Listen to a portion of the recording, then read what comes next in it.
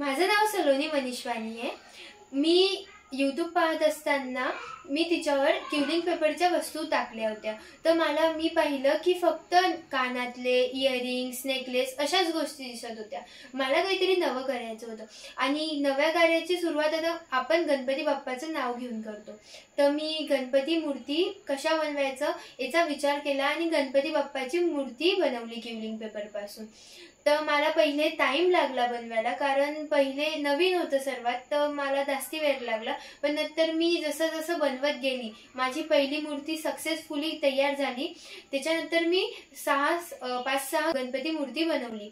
तर मी तिच्यात विविध प्रकारच्या मूर्त्या बनवल्या, जसं की वीणावाली मूर्ती, अशा खूप साऱ्या प्रकारच्या गणपती बनवल्या।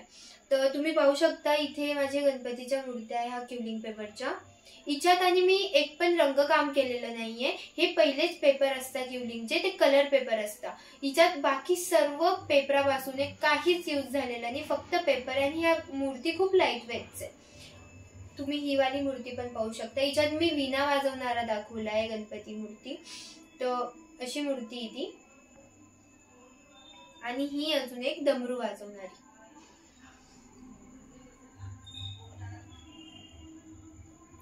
माझं आता ध्येय असं आहे की पुढच्या वर्षीपर्यंत मी 1-2 फूट उंचीची गणपती क्युलिंग पेपरचे गणपती मूर्ती बनवणार आहे।